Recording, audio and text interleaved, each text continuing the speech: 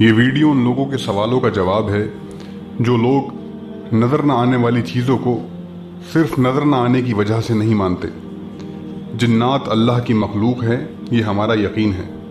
वो आग से पैदा किए गए हैं, उनमें बुरे और अच्छे दोनों मौजूद हैं। इस पर बहुत कुछ लिखा भी जा चुका है। अब सवाल ये पैदा होता है कि क्या जिन हमारे बीच में मौजूद हैं, और इससे भी ज़्यादा एक अहम सवाल ये है कि हम उन्हें देख क्यों नहीं सकते। लफ्ज़ जिन का मतलब है कि नज़र न आने वाली चीज़। जिन्नात आखिर क्यों नज़र नहीं आते, इसकी बुनियादी दो ही वजह हैं। उसकी पहली वजह यह है कि इंसान का विजन बहुत ही लिमिटेड है।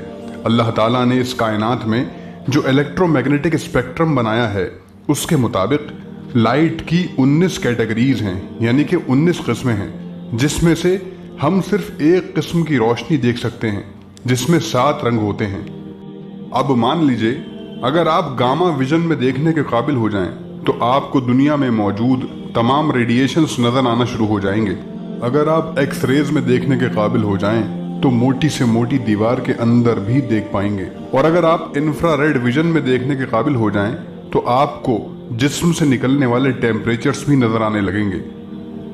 लाइट की एक किस्म अल्ट्रावायलेट विजन भी है, जो आपको एनर्जी को देखने के काबिल बना सकती है, यानी आपको एनर्जी नजर आने लगेगी। इसके अलावा माइक्रोवेव विजन और रेडियो वेव विजन भी हैं। कायनात में पाई जाने वाली तमाम चीज़ों को अगर 1 मीटर के अंदर समा दिया जाए, तो इंसान की आंख सिर्फ 300 नैनोमीटर के अंदर मौजूद चीज़ों को ही देख पाएगी, जिसका आसान मतलब ये है कि हम पूरी कायनात का सिर्फ 0.0000003% हिस्सा ही देख सकते हैं। इंसानी आंख को दिखाई देने वाली रोशनी को विजिबल लाइट कहा जाता है, और ये अल्ट्रावायलेट और इंफ्रारेड के बीच का हिस्सा होता है। हमारी ही इस दुनिया में ऐसी मखलूक़ात मौजूद हैं जिनका विजुअल स्पेक्ट्रम हमसे अलग है। सांप ऐसा जानवर है जो इंफ्रारेड में देख सकता है, ऐसे ही शहद की मक्खी अल्ट्रावायलेट में देख सकती है। उल्लू रात को घने अंधेरे में वैसे ही रंग देख सकता है जैसे कि हम दिन में देख पाते हैं।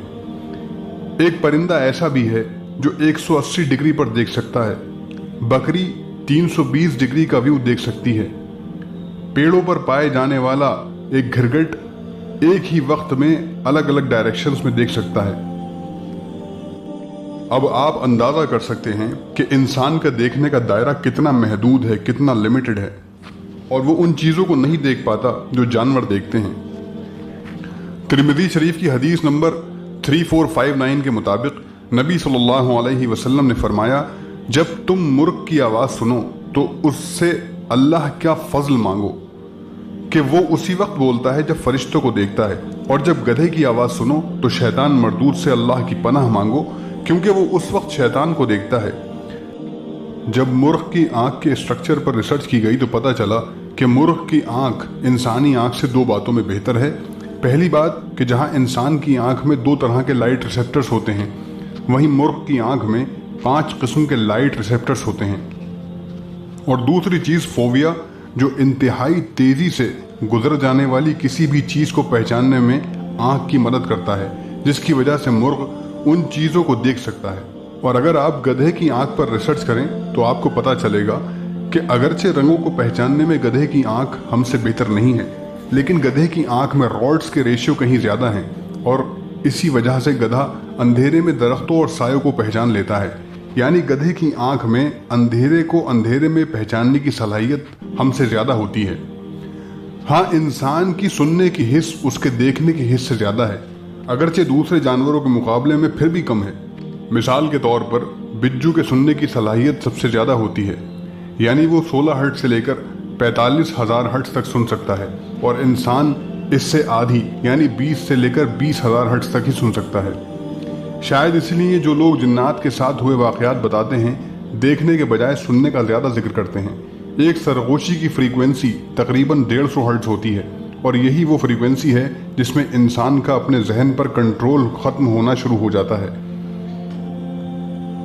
इसकी मिसाल ASMR थेरेपी है, जिसमें 100 हर्ट्ज की फ्रीक्वेंसी से आपके जहन को रिलैक्स किया जाता है। जिन्नात कुरान से साबित हैं, और ये साइंस से भी साबित हो सकते हैं।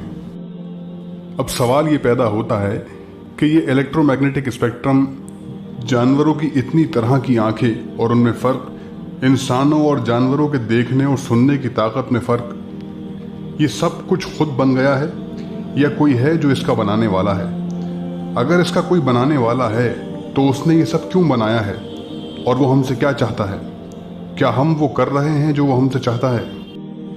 जिसने इस सवाल को हल कर लिया वो बहुत फ़ायदे में है, और जो इस सवाल को हल किए बिना इस दुनिया से चला गया और ऐसे ही मर गया वो बर्बाद होने वाला है।